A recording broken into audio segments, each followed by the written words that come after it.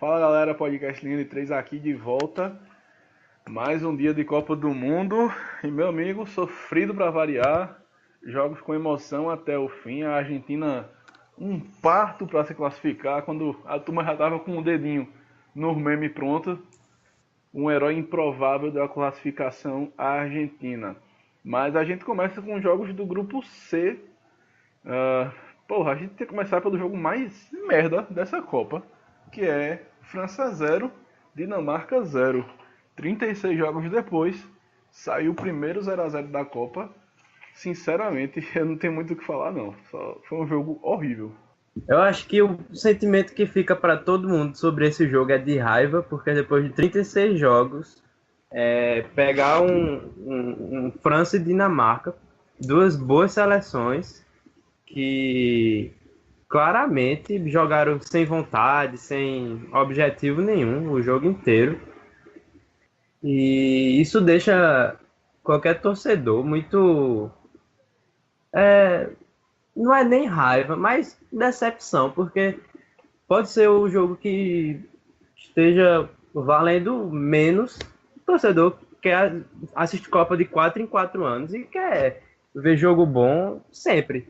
E aí a gente viu duas equipes muito descompromissadas com o futebol. A França já entrou com muitos jogadores reservas e sem muito objetivo no jogo. E a Dinamarca sabia que o empate classificava e também não quis acelerar muito a partida, não. E aí ficou naquele lenga-lenga chato, deu sono mesmo a partida. Infelizmente, não saiu nenhum golzinho. E aí tivemos acho que o pior jogo da Copa até agora. Não só pelo placar, mas pelo futebol também. Assim, disparado, pô. Tava dando agonia. E até quem tava no estádio tava encaralhado, porque os times tocavam bola e a torcida vaiava. Ninguém tava aguentando o jogo de compadres que as duas seleções fizeram. Assim, de forma descarada. Os jogadores andando Uhum. em campo, ninguém se esforçava para sequer correr. As chances foram muito esporádicas, sinceramente. Eu não lembro de nenhuma grande chance de gol. Tô tentando puxar aqui pela memória. E foi um jogo que eu sinceramente, eu tava na TV, enquanto no computador eu tava vendo o jogo do Peru. E no segundo tempo eu basicamente assisti o jogo do Peru, porque o da França tava totalmente desinteressante. E foi aquele 0 a 0 com cara de 0 a 0, mas aquele 0 a 0 caprichado. Né? Acho que eles pensaram, Uhum. depois de 36 jogos, está na hora da gente mostrar um que é um 0 a 0. Porque foi ridículo. E eu, sinceramente, eu não tenho muito o que falar, não. É isso. Quem É assistiu isso passou mesmo. raiva. Porque foi horrível, pô. Então, passa sem muito o que falar. Boa, jovem. Soltou um stop aí. Porque o jogo foi tão merda. Mas enfim. Vai, segue. Segue o baile, porque a gente for se aprofundar. Mas assim, só pra não seguir, a França. Claro, quem assistiu só esse jogo vai ficar, porra, a França não é isso tudo. Vamos com calma. Time reserva, É, sem interesse. Não é pra tirar esse jogo como exemplo, não. Mas 3 jogos da França sem nenhuma grande exibição dos franceses. E aí sim, o grande jogo do grupo de hoje: Austrália 0, Peru 2. Me surpreendeu, porque esperava um pouquinho mais da Austrália, valendo vaga. Mas ontem mesmo, eu e o Lucas até, a gente dissertou, disse que o Peru entraria para conquistar a primeira vitória, pontinhos de honra. Foi o que aconteceu. Mas aí a gente para pensar como fez falta um golzinho do Peru contra a Dinamarca. Porque se aquele jogo tivesse sido empate, o Peru estava classificado hoje. Pois é, o Peru pecou demais na pontaria durante os jogos, principalmente naquele contra a Dinamarca, que quando o jogo acabou, que a Dinamarca venceu a partida, eu mesmo gostando demais do futebol do Peru e com todo mérito, ficou definido para mim que o Peru estava eliminado ali, porque a situação ficou muito difícil.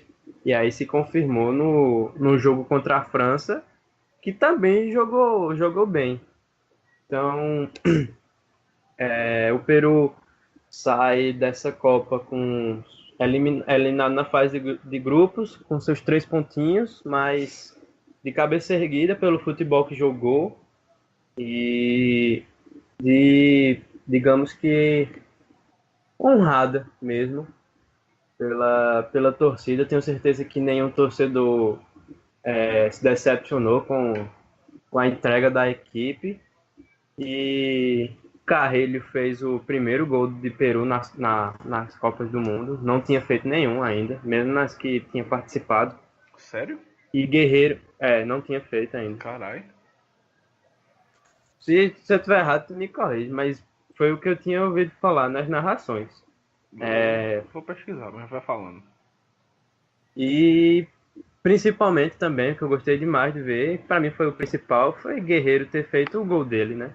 Uhum. Que depois de tanta luta para jogar, tanto sacrifício, aquele vai e não vai, acabou jogando bem e foi premiado com um golzinho dele, merecido. Então, fica meus parabéns para a equipe do Peru, que com suas limitações apresentou para a gente um bom futebol. Sim, é isso. Mas eu tava vendo aqui, já marcou gol sim, cara. Tava até mesmo espantei, enfim. Peru já Pois marcou foi. vários gols. Tipo, Foi na narração da Globo, que foi Luiz Roberto. Não, foi Mauro Naves, eu acho, que falou. Os scouts do Peru nas Copas. 15 jogos, 4 vitórias, 3 empates, 8 derrotas, 19 gols feitos e 31 sofridos. Então marcou uns gols. Eu acho que ele quis dizer que foi o primeiro gol do Peru nessa Copa, né? talvez. Mas, provavelmente. sei lá, o Peru, eu achei que entrou nessa Copa, nem parecia que fazia o quê? 34 anos, era? 40, Era. eu acho. 40. Não, deixa eu ver aqui. Enfim, nem parecia que o Peru estava esse tempo todo sem jogar, porque jogou como uma seleção de camisa e infelizmente não conseguiu fazer gol, né? E o famoso quem não faz leva, valeu pro Peru no primeiro jogo. Mas pelo menos conseguiu essa vitória para não passar batido. Foram Eu acho que o 36 trabalho anos, só pra confirmar. Eu acho que o Isso. trabalho de Gareca vale. É Uhum. digno de atenção, né? Porque não só esse jogo na Copa do Mundo, mas nas eliminatórias. Porque esse jogo que o Peru apresentou Sim. na Copa do Mundo veio das eliminatórias. Eu lembro do Peru batendo de frente com o Brasil, com a Argentina, jogando um futebol ofensivo, sem ficar só se fechando lá atrás. E o jeito que ele fez funcionar o trio de ataque Carrilho com Guerreiro e Cueva foi muito bom. Inclusive, Cueva apareceu aqui para o futebol brasileiro, para o São Paulo contratar, jogando pela seleção do Peru. Acho que Cueva fez um gol contra a seleção brasileira, inclusive. E um tempo depois ele foi contratado pelo São Paulo. Então, Gareca vem fazendo. Creio que ele não vai sair da equipe. Mas ele vem fazendo um trabalho louvável, muito bom. Deu uma cara nova para a seleção do Peru, jogando sem medo, jogando para cima, uma defesa sólida até. Então, foi digno demais a seleção do Peru. Sobre E Gareca. quanto à Austrália, Agora deu 3 falando ao mesmo tempo, não vai não. Mas completa o raciocínio. não, só queria também falar um pouquinho da Austrália, que eu também esperava um pouco mais dela. Ela precisando da vitória para se classificar, apesar de eu ter dito que tinha certeza que o Peru ia para cima, eu achava que esse jogo, pelo menos um golzinho a Austrália ia achar, mas acho que a falta de qualidade acabou pesando também pro time da Austrália. O que eu queria dizer é que se o Peru conseguir pelo menos dar continuidade, já vai ser de bom tamanho, porque aí provavelmente na próxima Copa a gente vê o Peru de novo. Né? Uhum. Então, sobre isso, eu já tenho uma péssima notícia. Não vai ter continuidade, porque o que se fala na imprensa argentina é que ao fim da Copa, Sampaoli deixa o comando e Gareca vai assumir a seleção da Argentina. Então, Meu Deus. pesa, né? Vai sair de uma seleção gigante pra ir pra Argentina. Tá, porra. Mas sobre o jogo de hoje. Hoje eu tô puto com a Argentina. Não foi desnecessário. Mas sobre o jogo de hoje, pra mim, assistir os 3 jogos do Peru foi a pior, entre aspas, atuação do Peru na Copa. E curiosamente foi quando venceu. Então, são coisas do futebol, porque a Austrália pressionou, criou chances, criou até demais. Tava dando agonia a quantidade de chances que a Austrália criava e não concluía a gol. E acabou sendo castigada. A Austrália foi castigada pela sua incompetência barra azar, Lucas. Azar, né? Mas... Não. Hoje o debate vai ser longo. Depende dos lances. Não, mas Eu não no vi. caso da Austrália foi incompetência mesmo. Porque os caras queriam entrar com a bola dentro do gol, né? Tinha chance de fogo, bater, né? aí tocava, no Às finalizava. vezes falta até um pouco de... Além de objetividade, né? Falta muita objetividade também. Às vezes tem seleção, pô, que falta muita humildade também, tá ligado? Pra Sim, reconhecer que não tem qualidade extrema, vamos dizer, não tem tanta qualidade assim, e tentar fazer o simples, tá ligado? Quem faz isso bem é a Islândia. Ok, que hoje não conseguiu transformar em gol, mas Teve a azar, gente né? teve. Uhum. Faltou incompetência como nos outros. Faltou competência como nos outros jogos. e teve Mas azar que a gente também. via na Eurocopa e até contra a Argentina foi praticamente uma chance e um gol, tá ligado? Por quê? Porque é objetiva. E Eu aí tem esperava mais certo. da Islândia. Eu também, mas mesmo assim, eu vi um pouco disso na Austrália também. Eles serem mais objetivos de acordo com as suas limitações. Acho que foi muito por aí. Ok, que se tivesse vencido o jogo também não estaria classificada por conta É, do empate meiota, mas dava pra ter feito foi. alguma coisinha melhor, porra. Até Uhum. porque, enfim, mas é a Austrália. No fim, a gente apontava a Austrália como a pior seleção do grupo, acabou sendo. Terminou em quarto com 1 ponto, então pelo menos nisso a gente cravou. Mas podia ter feito algo mais hoje. Mas melhor pro Peru. E assim, destaque pro gol de Carrillo, porque que Uhum. chutaço, porra. É muito difícil acertar aquela bola. Ok, o passe de Guerreiro foi primoroso, mas mesmo assim, pegar aquela bola sem deixar ela cair de primeira, méritos pro atacante peruano. E o E narrador, só antes de falar, o narrador, pra variar, confundiu ele com a Advíncula o jogo todinho. de novo, bicho. Na hora do gol, ele gritou: Advíncula! Eu até ia mudar do grupo, gol do mito. Só que aí quando eu vi o número 18, isso é Carrillo, pô. Mas o pior é que eles parecem demais, pô, jogando do mesmo lado. Com o mesmo cabelo. Como é cabelinho de Aldair Playboy. Só pra, antes de tu passar para os próximos jogos, queria falar um pouquinho Quer dizer, falar um pouquinho não, só dizer uma coisa sobre a França, que é que terminou a fase de grupos e a gente não sabe de praticamente nada dessa equipe da França. Por quê? O primeiro jogo foi um jogo bem atípico, eu acho, creio eu, né? Não jogou bem, e aí no segundo jogo foi diferente, mas também não conseguiu apresentar tudo que pode, e nesse terceiro jogo não jogou. Então, é uma França que vai chegar nas oitavas de final sem a gente saber qual é o estilo de jogo, quais são quem realmente são os titulares, qual é a formação, porque ele mudou de um jogo para outro. Então, é uma França que pode surpreender nas oitavas, mas pode surpreender tanto para o bem quanto para o mal. Elenco tem, mas foram 3 jogos que não apresentou um futebol de acordo com os jogadores que tem e que não conseguiu, pelo menos, mostrar pra gente qual o seu estilo de jogo. Para mim, lembrou um pouco a situação da Argentina, só que sem crise. A diferença é que a França foi lá e conseguiu os resultados. Fez o seu resultadozinho contra a Austrália e conseguiu seu 1-0 contra o Peru e se classificou. Mas também jogou um futebol bem abaixo do que se espera. Eu vi uma frase no Twitter e acho que é o resumo. A França é a seleção com os melhores jogadores, mas com o pior futebol. Porque Pra mim, ela é a melhor seleção também. a gente olha Questão de jogador. os jogadores os melhores jogadores a gente pode tirar tá na França. Mas das Uhum. favoritas, tirando a Argentina, é uma das que apresenta o futebol mais pobre.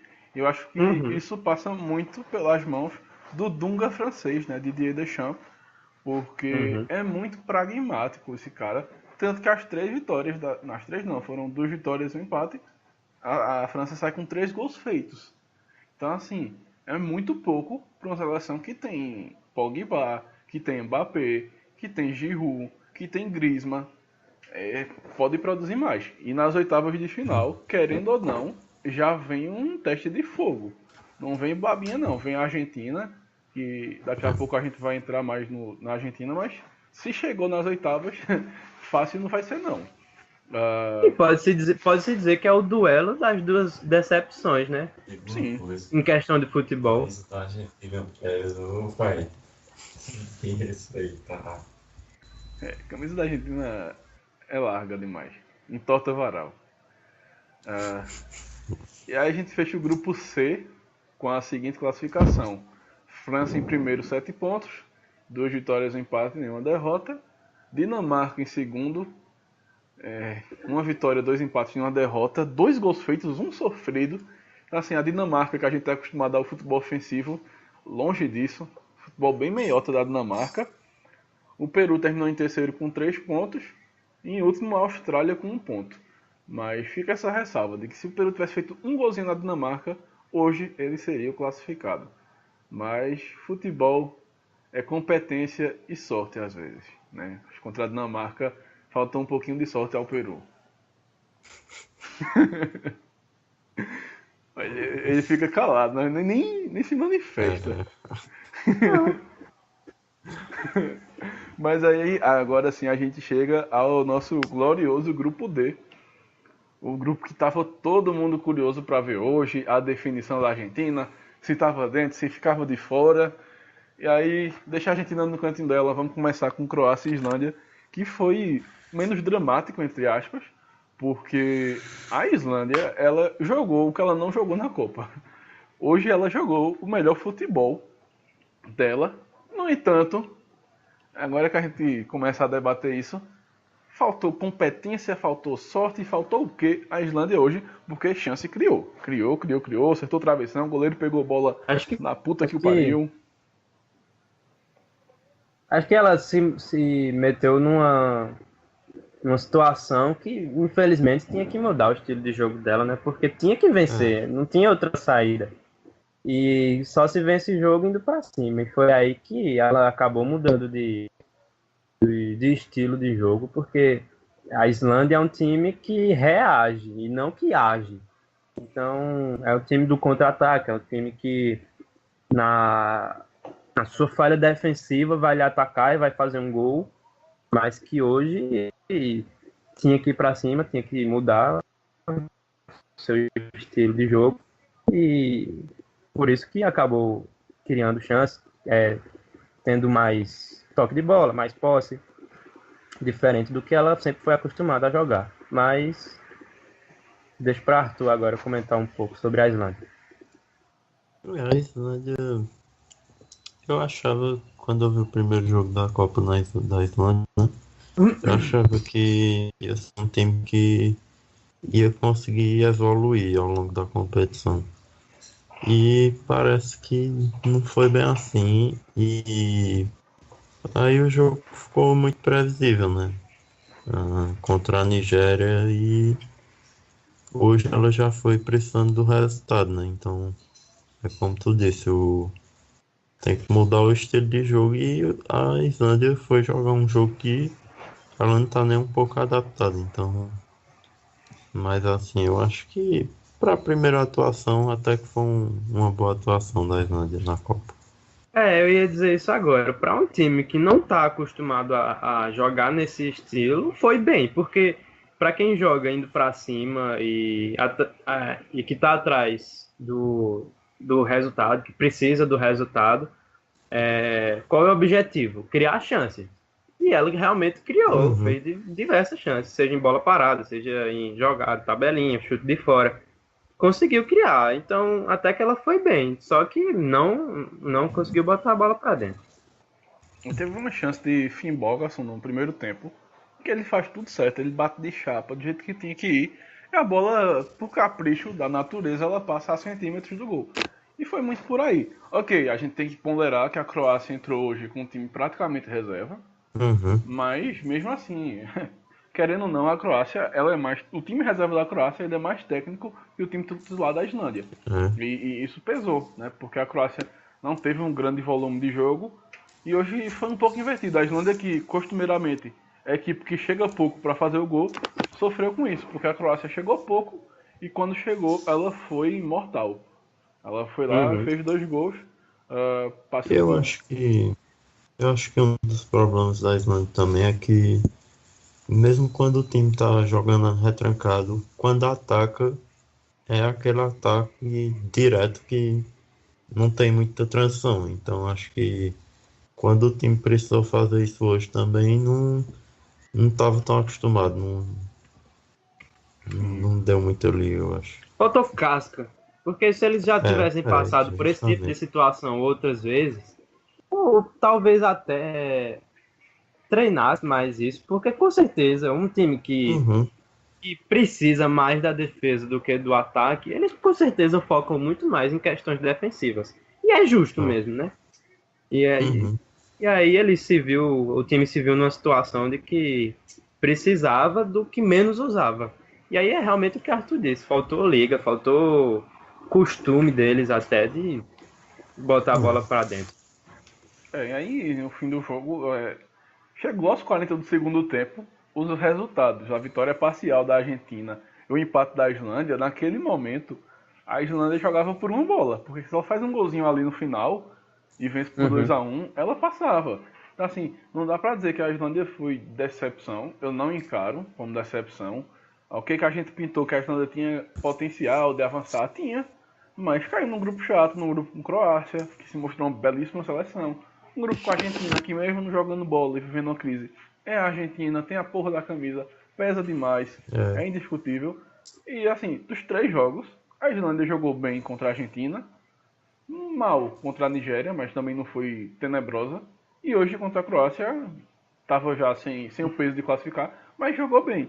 Então assim, de 3 jogos, você jogar 2 bem, eu acho que para uma primeira participação da Islândia foi bem honrosa, né? E ela entregou pois o que a é. gente esperava. Né? Uma equipe coletiva, Uhum. aguerrida.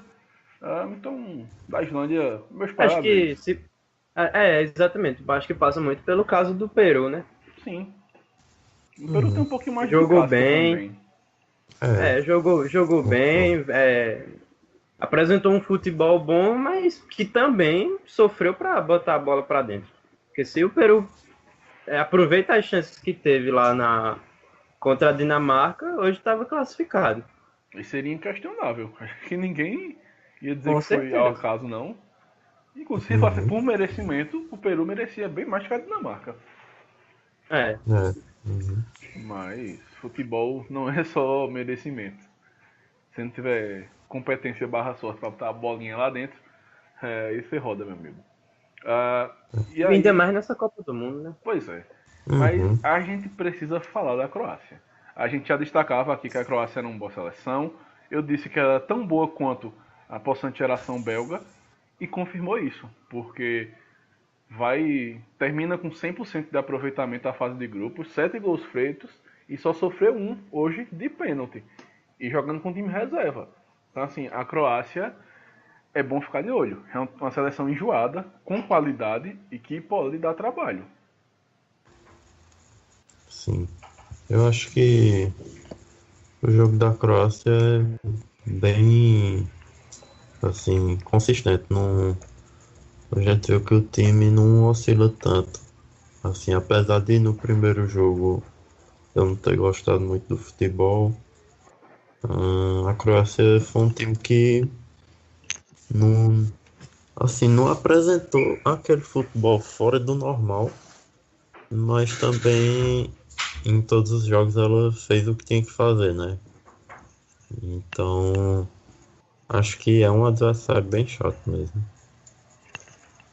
A Croácia, para a gente que vinha acompanhando os jogadores nas suas respectivas ligas nacionais e alguns jogos da Croácia, sejam amistosos ou eliminatórias, sabia que já vinha se formando um time bom, até desde Uhum, 2014 vem se formando, né? Vem sim. criando casco e tal. Então, está correspondendo o que a gente esperava. Se ela fosse eliminada nesse grupo, aí sim seria uma decepção, porque ela é a Uhum. mais forte juntamente à Argentina. E então, a comparação com a geração belga, a equipe da Bélgica tem mais jogadores de qualidade, porém o time da É. Croácia realmente se equivale ao time da Bélgica, porque é muito organizado esse time da Croácia. Uhum. Coisa que a Bélgica está começando até agora só. Pois é. E a Croácia é um jogo muito regular, que a gente não vê, digamos, nenhum jogador dando showzinho, não vê muita individualidade, mas que o conjunto da obra é muito regular, é o mesmo jogo sempre, e é uma das poucas equipes, diferentemente da França que a gente já falou e da Argentina que a gente vai falar daqui a pouco, que apresentou um jeito de jogar, a sua característica, a sua cara.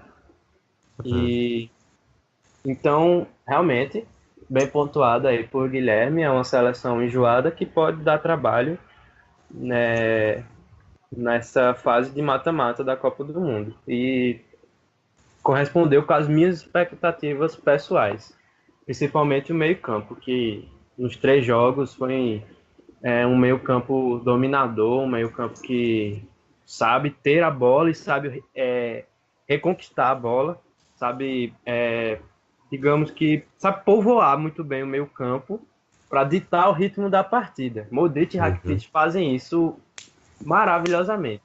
Pois é. E até hoje, que só tinha Modric, né? Rakitic não entrou.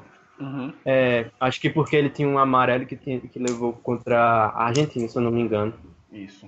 Ele jogou, mesmo assim, manteve a pegada, manteve a regularidade. Ou seja, é mais uma prova que esse time tem uma cara. Parabéns ao técnico e aos jogadores pela boa fase de grupos que jogou. É muito por aí. Então, assim, é bom. A gente vai ter um programa todinho falando das oitavas de final. Ah, muito massa. Sim, porque o primeiro jogo das oitavas é dia 30 e o último da fase de grupos é dia 28. Ou seja, dia 29 a gente vai detalhar bem perfeitamente, mas de antemão a Croácia ela cai num chaveamento interessante para ela. Ela pode ir longe, ela deve ir longe na Copa. E aí a gente chega no grande confronto do dia. Confronto que a Globo divulgou tão qual ela divulga o jogo do Brasil. Porque a turma tava nervosa por lá, torcendo contra a Argentina. Isso é inegável, é típico da Globo.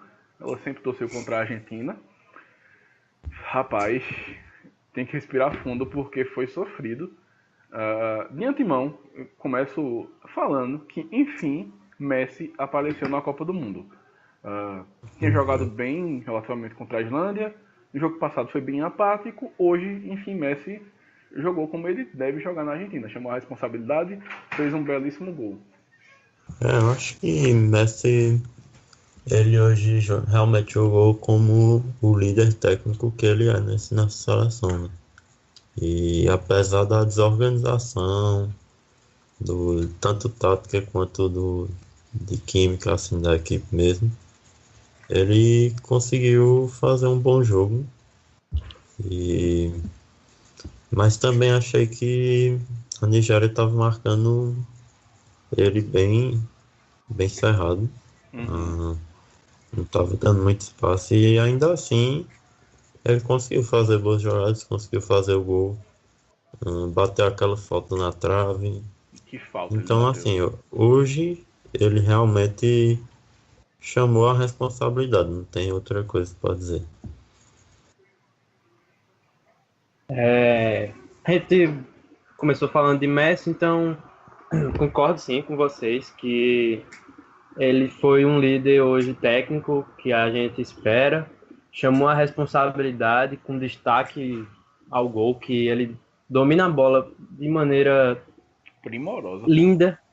Uhum. Foi bonito de ver a dominada dele na coxa e com a perna esquerda, sem deixar a bola cair para Ele bater já- de direita. De gênio. Então, quanto recurso, né? Ele domina a bola na coxa esquerda, sem deixar cair, ajeita com a esquerda para bater de direita, deslocando totalmente o goleiro. Então, mostra o tanto de recurso que um jogador como ele tem, que pode. É uma arma letal mesmo quando tá de cara pro gol, a não ser que seja alguns pênaltis, mas que ele hoje, além disso, do gol e de ter jogado bem, ele também brigou, principalmente depois que a Argentina fez o 2-1, brigou demais. Ele Ele deu até carrinho, fez porra. cera, deu carrinho, fez cera, discutiu, ficou cara a cara com o jogador da Nigéria lá. Tomou Eu amarelo acho por que hoje, cera. pois é, coisas que torcedor argentino espera de um capitão. Pode ser É. uma agressão, pode ser um amarelo por besteira, pode ser um carrinho, pode ser pedir para a torcida levantar. Seja qual for esse tipo de atitude, o torcedor argentino quer ver isso de um capitão.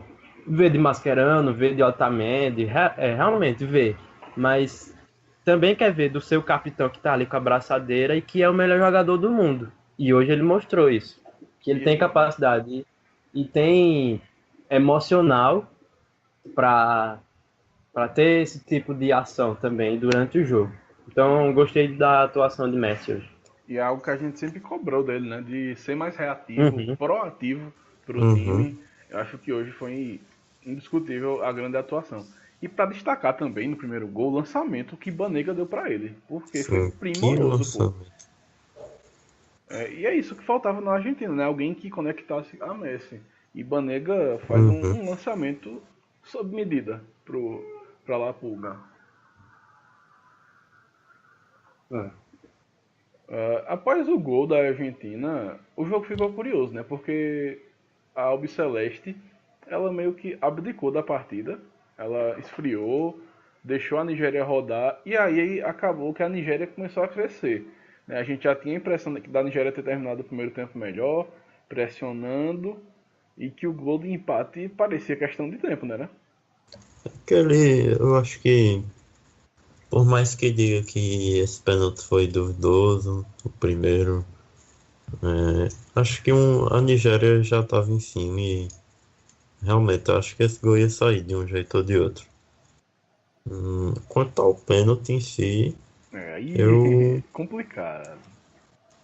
eu marcaria, eu achei pênalti, porque apesar de o jogador, assim, ficou parecendo que ele queria se apoiar em Mascherano. Mas na verdade ele queria cair.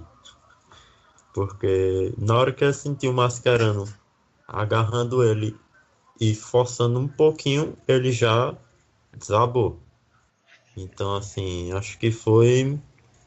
E acho que foi um pouco de inocência de Mascherano. Inocência não, né? Porque um cara com a experiência dele não tem nada de inocente, mas assim, acho que foi vacilo dele. Não precisava pegar o cara daquele jeito ali dentro da área. E aí a Nigéria, que não tinha nada a ver com isso, converteu, né? Pois é, Lucas. Para mim também foi pênalti. E além de também ter achado um vacilo de Mascherano, também foi competência do juiz de ter enxergado esse lance, né? Porque Uhum. convenhamos que esse tipo de lance acontece o tempo todo em jogadas de escanteio, em que os jogadores estão ali brigando por espaço dentro da área. Só que dessa vez, exatamente pela esperteza do jogador da Nigéria, por se jogar, fazer a cena e tal, e pedir o pênalti. O juiz também teve coragem e teve visão para marcar o pênalti corretamente, para mim foi pênalti. Que o jeito que Mascherano abraça o jogador, com a mão na barriga, não é um movimento natural de marcação. Pois é. Então, por mais que alguém discorde, tem que aceitar que foi, no mínimo, justificável. Porque não existe nenhum tipo de marcação em que um jogador abraça o outro pela altura da barriga. Então, no mínimo justificável esse pênalti que o juiz deu. É aceitável. E aí eu discordo. Eu não daria esse pênalti. Ok, aquele braço de fato não tinha que estar ali. Ninguém marca ali. E acho que isso justifica, como o Lucas disse, o pênalti. Porque o juiz, ele vê aquele braço ali, ele vai pensar, isso aqui não é normal, isso não é de jogo. Mas o VAR chamou, né, pediu para ele rever o lance, porque quem estava na cabine também teve a mesma sensação de que não foi pênalti, de que aquele puxão, entre aspas, não foi suficiente. No entanto, o juiz estava bem convicto. Se eu estiver errado, vocês me corrijam, ele não foi olhar, né? Ele apitou sem olhar. Ou ele olhou? Foi. Não. Não olhou Ele não. olhou o segundo. Olhou só Olhou no o segundo. segundo Então, lance. assim, ele estava muito convicto que ali foi pênalti, então ele dispensou. Eu não achei suficiente o puxão, entre aspas, então eu não marcaria.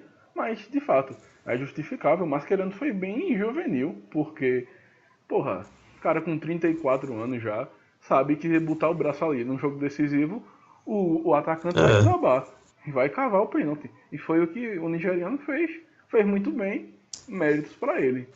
Então, a Nigéria não tinha nada a ver com isso, e na cobrança, Moses muito frio, tirou completamente a Armani e empatou o jogo. Aí a partida fica curiosa, porque a Argentina, de novo, o emocional entrou em campo. A Argentina ficou nervosa, começou a errar muito, sentiu o golpe, viu a eliminação de perto e a Nigéria virou dona do jogo. E galou, meu amigo. Você não pode perder gol não, meu velho. Porque ele perdeu duas chances que nenhum atacante que se preze perde. A primeira chance é duvidosa porque antes dele perder tem aquela cabeçada, eu não me engano, acho que foi Rojo, cabeceia errado, a bola resvala no braço dele e sobra para Igalô. O VAR chamou, e aí a gente tem que discutir isso. O Lucas até disse, vamos discutir porque a gente já vê alguns pênaltis sendo marcados assim, e esse não foi marcado. Esse eu achei pênalti. Porque... Eu também. E eu me baseio na regra do impedimento. O que é que a regra do impedimento dizia? Se um jogador, defensor, for atacar a bola e por erro dele, ele acabar resvalando, a bola sobrar para o atacante, tira o impedimento. E foi o que aconteceu hoje. Por incompetência do marcador, ele acaba errando a cabeçada e a bola bate no braço. Então, assim, pra mim, eu, Guilherme, marcaria pênalti. Também acho ali. Assim, por mais que não tenha sido um movimento forçado, mas era um movimento que poderia ser evitado, eu acho, e que interfere totalmente a direção da bola. Então não vejo por que não marcar esse pênalti, mas assim, na verdade esse juiz teve outros lances também que foram bem polêmicos, mas esse em si eu achei que foi pênalti. Assim, é discutível, mas eu achei pênalti. Eu também marcaria o pênalti, na minha opinião, foi pênalti mas eu marcaria pela coerência que os árbitros vêm marcando nessa Copa do Mundo. Porque já aconteceram dois lances bem parecidos, quase iguais, como o de hoje, que foi marcado pênalti, que foi o lance de Poulsen na Dinamarca e Austrália. E o outro foi... Foi de ontem, de Portugal. Foi o de o Cedric, não foi? Foi Cedric. Uhum. E os dois foram marcados com toda convicção. E no de hoje não foi marcado, sendo que os três lances são bem parecidos. Ou seja, fica incoerente.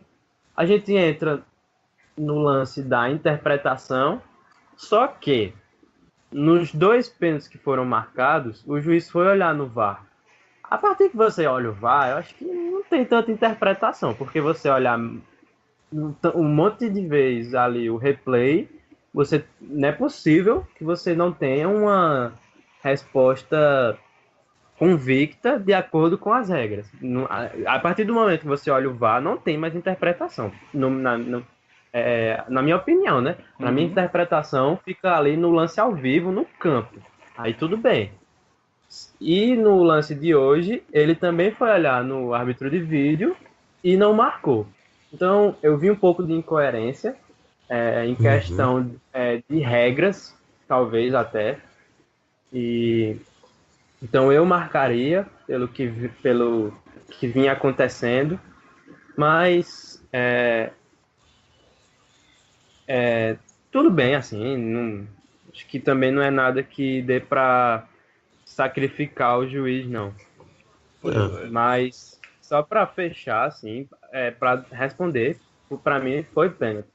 E quanto à Argentina no segundo tempo, já que Guilherme já deu o gancho, a verdade é que depois do gol de empate da Nigéria, a Argentina se tornou aqui um poema de Vladimir Mayakovsky, que eu gosto. Vou falar aqui para você. Porra. Nos demais, todo mundo sabe. O coração tem moradia certa. Fica bem aqui no meio do peito. Mas comigo a anatomia ficou louca. Sou todo o coração. E foi a Argentina hoje. Foi totalmente emoção em campo. Acabou estratégia, acabou tática, acabou plano de jogo. Ali a torcida comprou a briga porque não parou de cantar em momento nenhum. Maradona ficou lá na arquibancada animando todo mundo. Depende, né? Teve hora que ele tava dormindo. Ou estão xingando. Mas foi isso que aconteceu. A gente via muitas vezes Lionel Messi de um lado para o outro, tentando fazer com que o jogo girasse. A gente viu o erro de passe besta, digno de quem estava jogando muito na emoção ali. Principalmente Mascherano. Mascherano errou alguns passes bem medíocres que ele não está acostumado a errar. Di Maria sofreu demais. Enzo Pérez eu não vou nem comentar porque foi pífia a atuação dele hoje. Saiu para a mesa entrar antes do juiz levantar a placa, ele já sabia que ia sair. Exatamente. Então, foi uma Argentina que, nesse de ser soltou do coração, como diz Mayakovsky, acabou achando seu gol, e aí o estádio virou uma labomboneira, virou um gasômetro, e acabou sendo linda a festa da Argentina. Mas, analisando friamente, voltando para a anatomia, ainda assim, essa Argentina tem que melhorar, tem que buscar seu método de jogo, tem que firmar sua equipe titular, tem que deixar Messi mais confortável, para que não venha a sofrer e virar apenas a emoção todo jogo. Depois que a Argentina levou o gol, eu vi 2 momentos da Argentina no jogo. O primeiro foi a reação direta, né, depois do gol, que a Argentina se leva pela emoção e começa a jogar loucamente, assim. E nessa hora eu acho que foi ruim, mas conforme o tempo foi passando, essa emoção foi se convertendo em vontade mesmo. E aí o time começou a, não digo assim, não perdeu a emoção, a garra da hora, mas foi se ajeitando, se acalmando um pouco. E aí começou a conseguir tocar a bola, começou a conseguir criar as chances de novo. E antes do gol mesmo teve um monte de chance perdida. Então eu acho que no fim isso foi o que salvou a Argentina, né? Assim, é bom a gente ressaltar. Toma um empate e aí, durante os próximos 15 minutos, a Argentina ela flertou diretamente com a eliminação. Porque ficou descontrolada, deu muito espaço. A Nigéria teve pelo menos 3 grandes chances, 2 com Igalô, essa do pênalti e outra que ele entra pela lateral e bate em cima de Armani, e também teve uma finalização de Ndidi, e inclusive fica aqui a minha menção honrosa para a grande partida de Ndidi, muito bem, um dos melhores em campo da Nigéria. A Nigéria não matou o jogo, e aí, meu amigo, a gente sabe. Time pequeno, quando não mata jogo contra time grande, ele vai farrapar no final. É típico do futebol, e aí foi o que aconteceu. E aí aparece o herói improvável. Torcedor do Manchester United, que tá me ouvindo, me entende porque eu tô dizendo isso. Porque quem me faz o gol da classificação da Argentina aos 43 de segundo tempo é Marco Rojo. O homem foi lá na área e acertou um chutaço, meu amigo. Quem diria? Né? A gente que sempre ressaltou a Argentina que tem um ataque muito forte e uma defesa fraca. Quem classificou foi Rojo. E vale ressaltar Rojo que tinha feito o pênalti que foi anulado no árbitro de vídeo, né? Pois é. Então ele passou de vilão a herói em 15, 20 minutos. E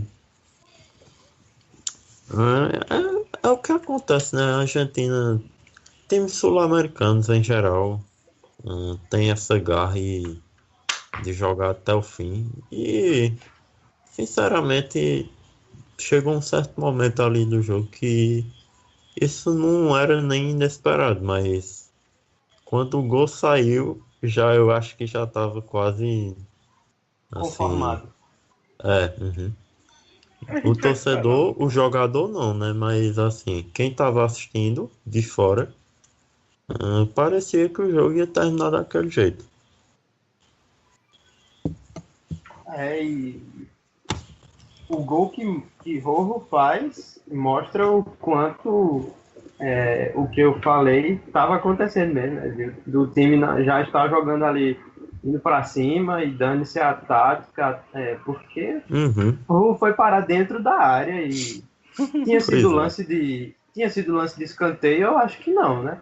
Acho que ele foi por ir mesmo, assim, para ser mais um no ataque, acabou dando muito certo. E foi um golaço também, né? Porque não é tão fácil pegar aquela bola de primeira, não. Não. Um zagueiro ainda mais. Pois é. O Saltamento tinha mandado lá no Rio da Prata. De novo, uma parte de Otamendi foi bem abaixo do esperado. Errou uns passezinhos. O primeiro passe que ele dá no jogo, ele erra, porra. Eu disse, porra, começou bem. Começou errando. E assim, eu não sei se vocês perceberam, na hora do gol, na comemoração, Sampaoli, ele sai enlouquecido, pulando, gritando, mas ele faz isso tudo sozinho, né? A gente que sabe, um gol, se fosse isso no Brasil, que Tite corresse, a turma todinha ia abraçar Tite.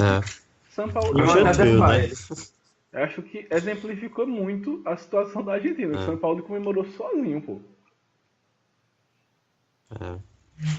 Eu acho que isso vai prejudicar a Argentina uma hora ou outra, né? Não tem como evitar. Pesa demais, pô. E agora o que espera a Argentina pela frente, que a França vai ter que... Justamente. Vai ter que ser coletiva, vai ter que abraçar São Paulo e o São Paulo vai ter que abraçar o elenco.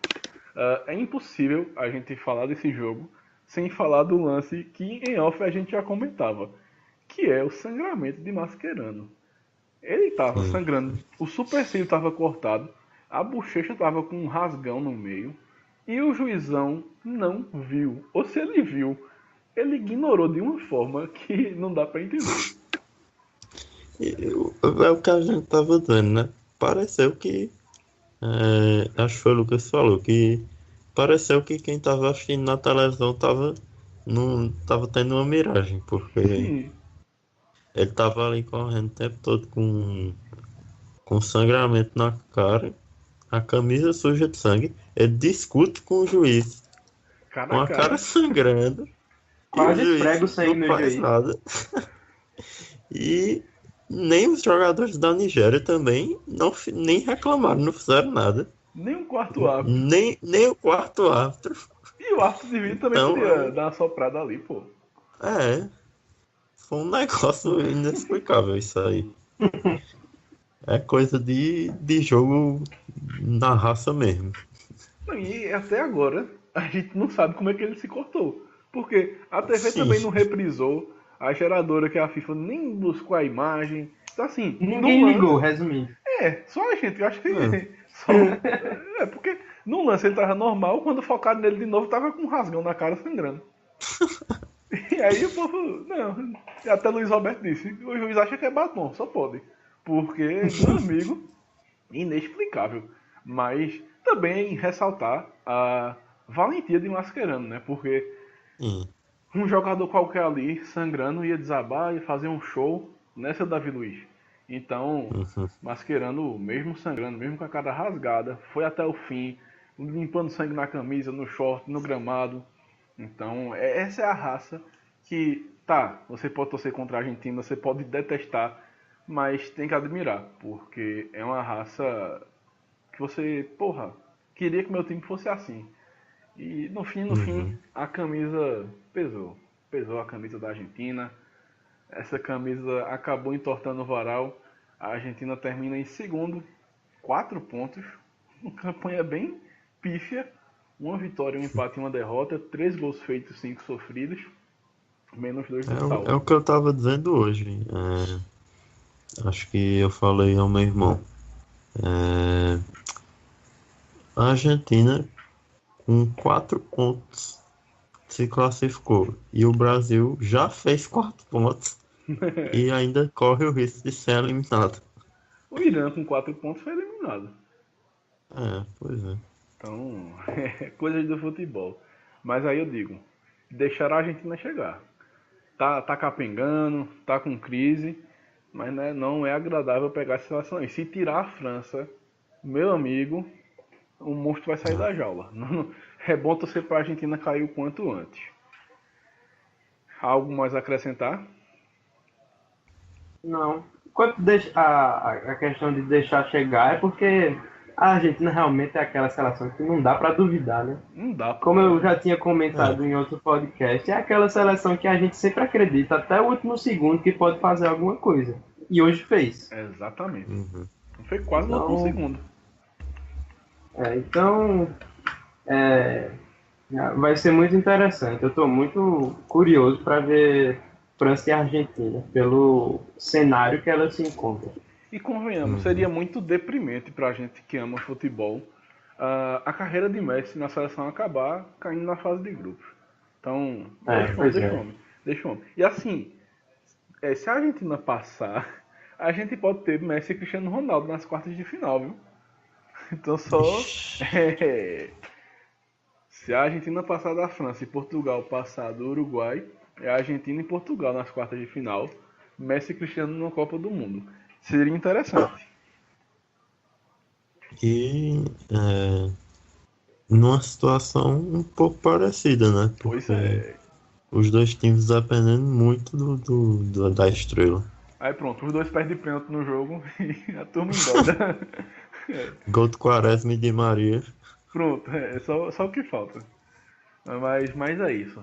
E se a Argentina passou a perreio hoje, amanhã é o nosso dia.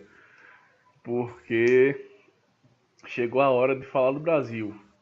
Brasil e Sérvia, 3 da tarde, seleção já confirmada. Basicamente não, exatamente a mesma escalação que entrou em campo contra a Costa Rica. Tite não mudou absolutamente nada. Então, Alisson, Fagner, Miranda, capitão, Thiago Silva, Marcelo, Casemiro, Paulinho e Coutinho, Neymar, Jesus e William. De antemão já pergunto, mudariam alguma coisa na seleção? Hum, deixa eu pensar. Não, não. Eu acho que não. Pela situação, assim, de entrosamento e tudo. E assim, de início, pelo menos, eu acho que é uma, é uma escalação. Assim, algumas pessoas podem questionar, mas acho que é uma escalação boa para começar esse jogo. E Douglas Costa ainda não tá podendo jogar, né? Esse daí só Não. volta na fase final. 15 a 20 É. dias fora. Então, assim, acho que não tem muito o que mudar, talvez algumas mudanças ali no meio. Mas fora isso, não vejo muito o que mudar. No ataque também, talvez. Eu também achei a escalação boa. Eu pensei, na verdade, eu tinha quase certeza que ele ia mudar alguma coisa. Eu mudaria, sim. Eu não jogaria esse jogo com o Paulinho. Eu entraria ou com o Fernandinho ou com o Fred, se Fred tiver em condições. Mas é uma mudança que eu estava conformado de que não ia acontecer. Pois é. Eu conhecendo o Tite, né? Uhum. Uhum. Então, não, eu não mudaria assim também o estilo de jogar, não, também não mudaria. Uhum. E pelo menos ele manteve o quarteto ofensivo, mesmo Sim. enfrentando a equipe que teoricamente é a melhor ofensivamente desse grupo. Então, pelo menos isso ele manteve. E pelo menos eu gostei disso. Eu tava com um pouco de medo dele tirar o William e deixar só Coutinho, Jesus e Neymar, mas ele não fez isso e espero que nesse terceiro jogo o entrosamento dessa equipe repetida acabe se mostrando durante o jogo. É muito por aí. Quando eu vi a escalação agora há pouco no Twitter, um pouco antes de começar a gravar, eu até disse, é, um- é um pouco arriscado entrar com essa seleção, porque a gente sabe que a Sérvia é uma equipe muito física e tudo mais, mas a gente também não pode entrar com três volantes, com medo da Sérvia. Não, vamos pra cima. É, No peso da camisa, a gente é o Brasil. A gente tem condições de bater de frente com a Sérvia. Apesar disso, Uhum. ah, eu também não entraria com o Paulinho. Não é nem pensando no jogo físico, é porque ele tá sem função. Então eu acho que Fernandinho Sim. seria mais útil. E também É o que eu colocaria tava Firmino. pensando também. Por mim, já venho batendo na tecla de Firmino há muito tempo, desde os amistosos. Então, continuo. Para mim, Firmino tem que entrar no lugar de Jesus. Mas também não é nenhum hecatombe Jesus jogar, É, ou não é nada de outro mundo, de extraordinário. Então, é o time que a gente já sabe de cor. De cor e salteado é esse time. E só varia normalmente a lateral direita entre Danilo e Fagner. É, mas aí a gente chega. O que é que vocês esperam do jogo? Nervoso? Fácil? eu acho que vai ser um jogo, assim, acho que vai ser muito definido pelos primeiros minutos do jogo. Assim, metade do primeiro tempo, mais ou menos. Porque acho que se o Brasil conseguir manter aquele jogo que a gente conhece de controlar o campo do adversário, eu acho que o Brasil pode fazer um jogo um pouco mais tranquilo. Agora, e se atentar aos contra-ataques também. Uhum. Agora, se o Brasil ficar tocando muito lá atrás, no meio, eu acho que pode se complicar, porque o time da Sérvia é bem forte, então quando for ali para dividir uma bola no meio, pode causar perigo, né? Fica um contra-ataque muito mais perigoso, talvez. É, E eu espero que o Brasil jogue como a gente conhece, né?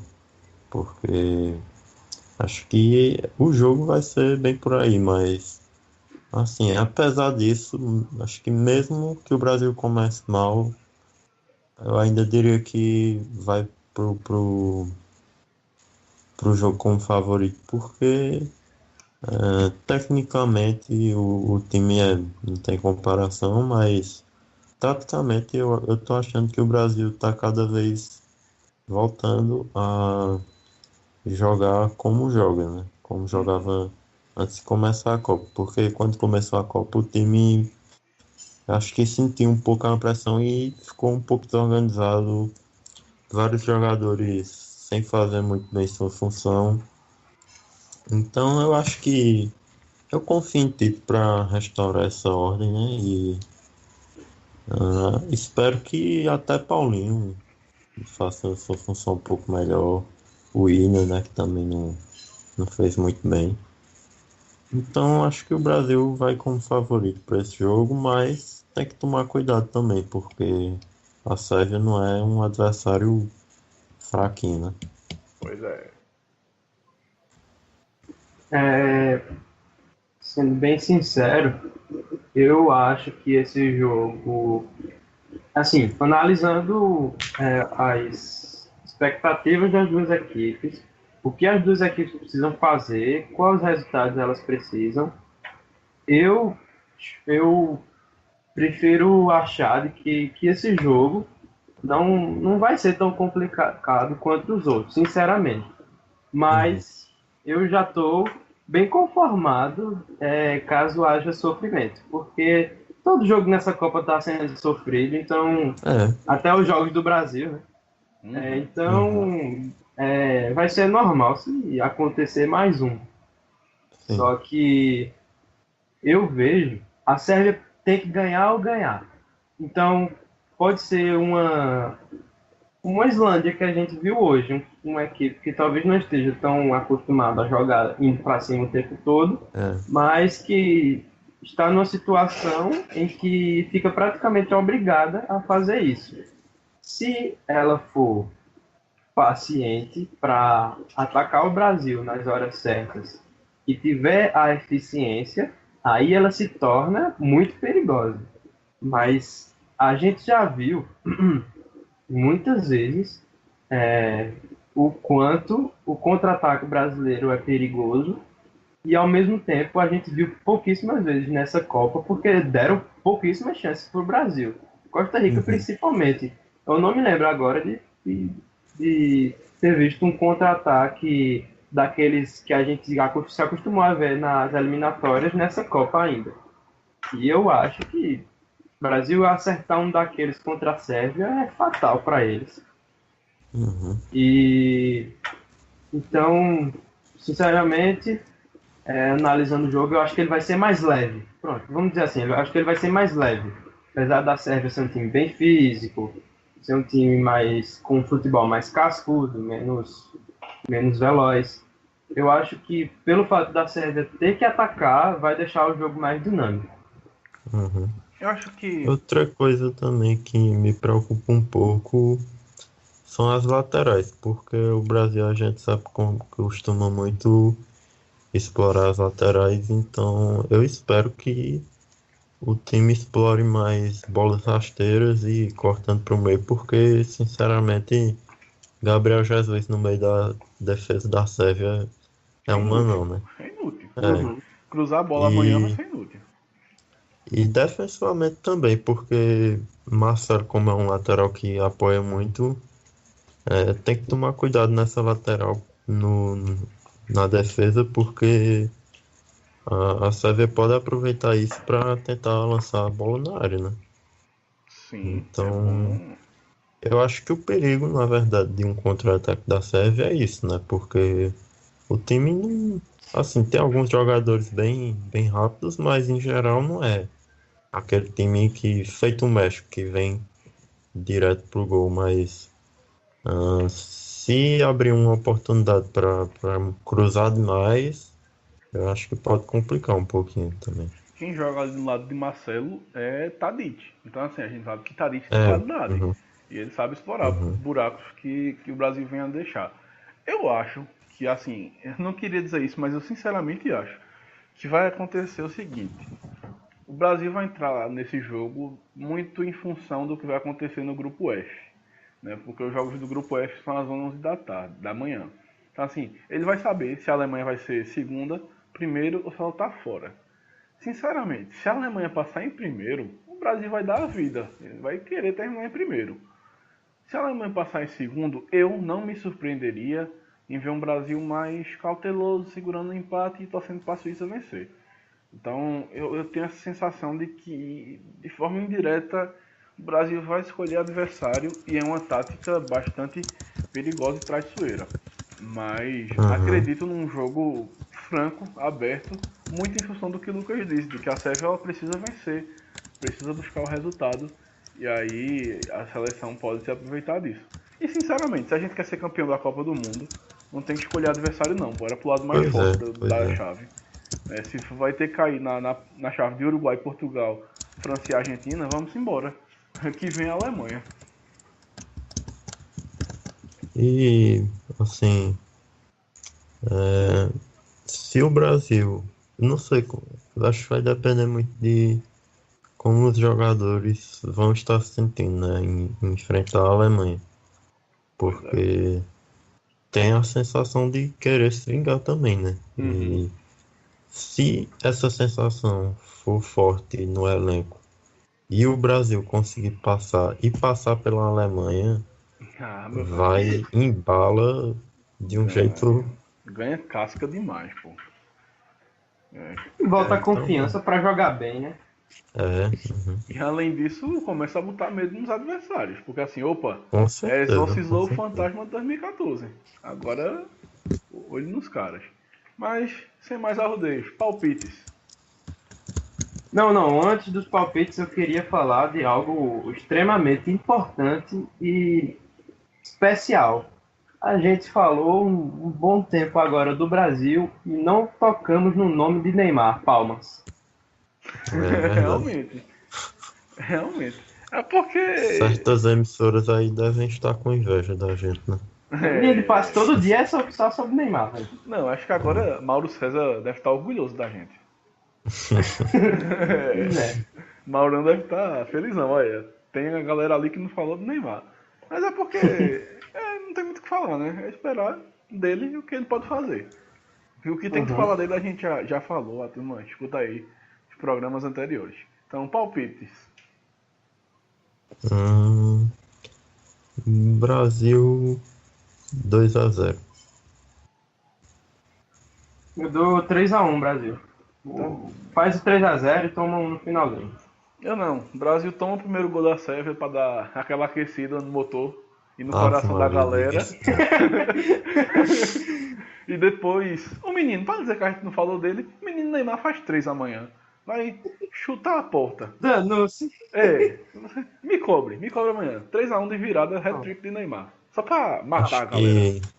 Acho que o Neymar tá precisando fazer uma tatuagem nova, cortar o cabelo, porque aí a gente tem um assunto, né, pra falar. Não, cortar o cabelo tá na hora mesmo. Não precisa esperar muito não.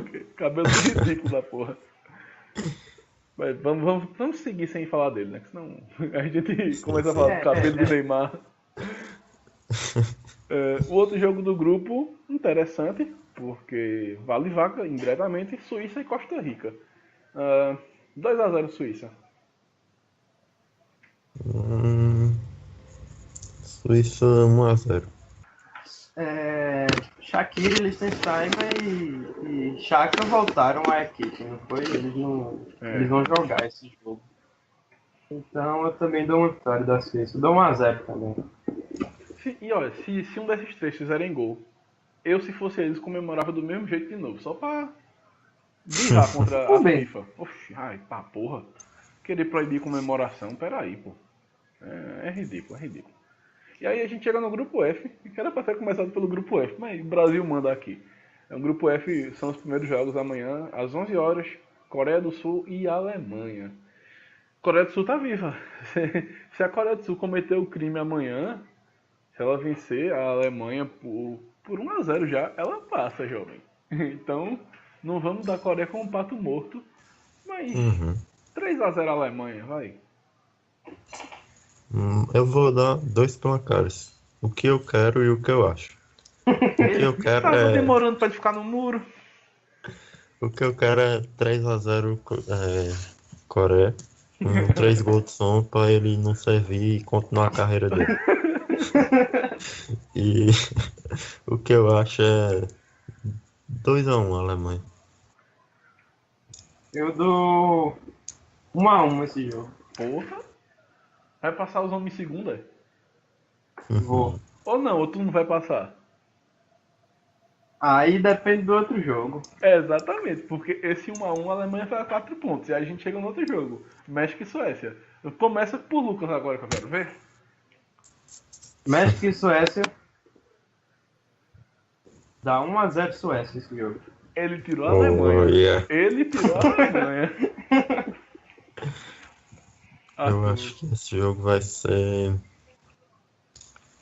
Suécia ainda tem chance de classificar? Tem, se ela vencer. Se acontecer o que eu falei. Na mesmo. verdade, se a Alemanha vencer por um gol de diferença e a Suécia vencer por 2, a Suécia já passa. Se o saldo empatar, A Alemanha qual é? passa. Ah, sim. Eu acho então que vai ser 1-1. Vai se fuder. Eu disse que a Alemanha vencia, né? Então, pra tocar fogo nesse grupo, Suécia vence. 2-0. Oi. Vai ficar México, Alemanha e Suécia com 6 pontos pra mim. Só pra matar a turma do coração, aí vai pros critérios de desempate.